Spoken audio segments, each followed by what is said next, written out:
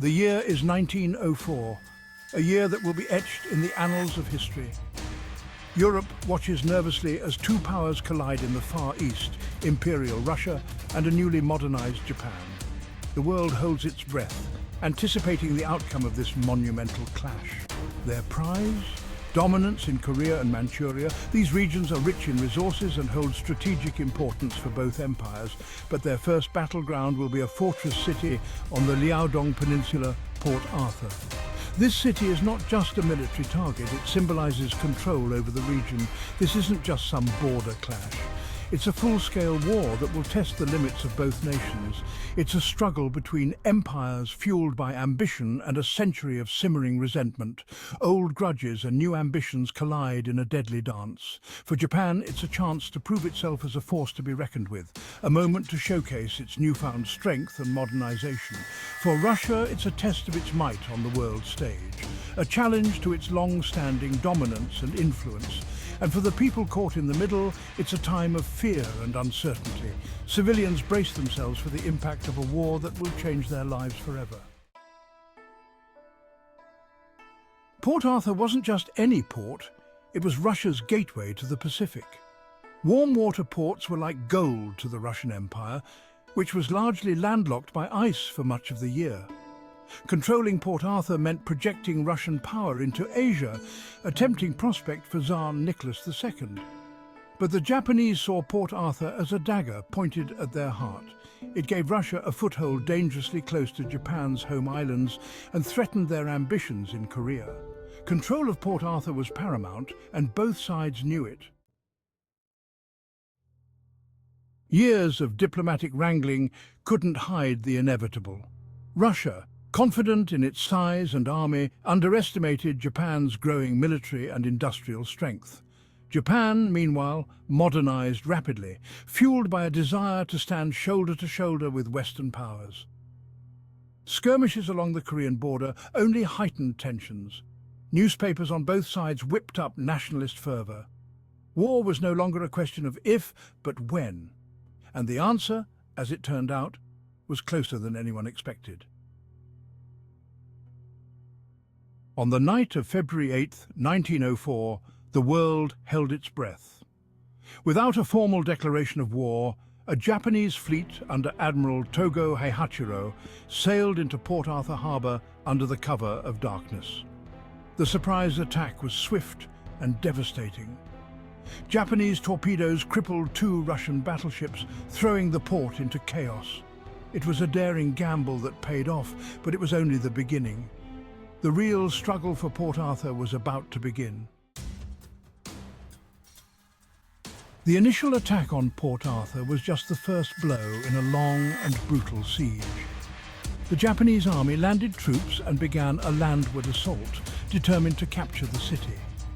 They faced fierce resistance from the Russian defenders, who were entrenched in a network of fortifications and trenches. The siege of Port Arthur was a grueling affair for both sides. Japanese soldiers faced withering machine gun fire and artillery bombardments. Russian troops endured constant shelling and dwindling supplies. The world watched in horror as casualty figures mounted.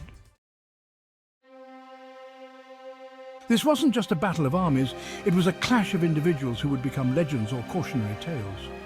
The Russo-Japanese War was a crucible where the mettle of men was tested, and their stories etched into the annals of history.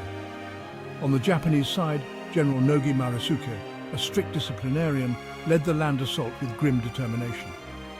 His leadership was marked by an unwavering commitment to duty, often pushing his troops to their limits in pursuit of victory.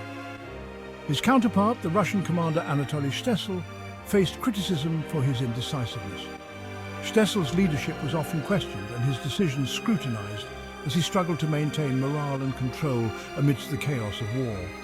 But within the ranks, ordinary soldiers displayed extraordinary courage and resilience. These men, often overlooked in the grand narratives, showed remarkable bravery in the face of overwhelming odds.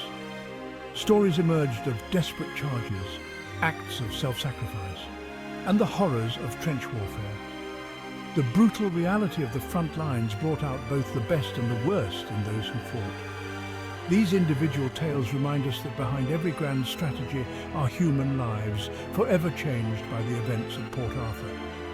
The faces of these soldiers, their stories of valor and hardship, continue to resonate, reminding us of the profound human cost of war. After months of brutal fighting, Port Arthur finally fell to the Japanese in January 1905. The city was in ruins, its harbour littered with the wrecks of warships. The victory came at a terrible cost, with tens of thousands of casualties on both sides. The fall of Port Arthur sent shockwaves through the world. It proved that Japan was a formidable military power capable of defeating a European giant. For Russia, it was a humiliating defeat, exposing weaknesses in its military and leadership. The Battle of Port Arthur wasn't just a turning point in the Russo-Japanese War, it marked a significant shift in the way wars were fought and perceived. It was a watershed moment in military history, showcasing the brutal efficiency of modern warfare. The conflict highlighted the growing importance of naval power as fleets clashed in unprecedented ways. It also underscored the devastating impact of new technologies like machine guns and rapid-fire artillery, which changed the face of battle forever. The lessons learned at Port Arthur reverberated across the world, influencing military thinking and strategies. These lessons were particularly impactful in the years leading up to World War I, as nations prepared for a new kind of conflict. The tactics of trench warfare, which would later define much of World War I, the importance of logistics and industrial capacity, which became crucial for sustaining long-term military campaigns, and the psychological impact of modern combat. The sheer stress and trauma experienced by soldiers all found their grim precedents on the battlefields surrounding Port Arthur. The echoes of this battle were felt far and wide, shaping the future of warfare in ways that are still studied and understood today.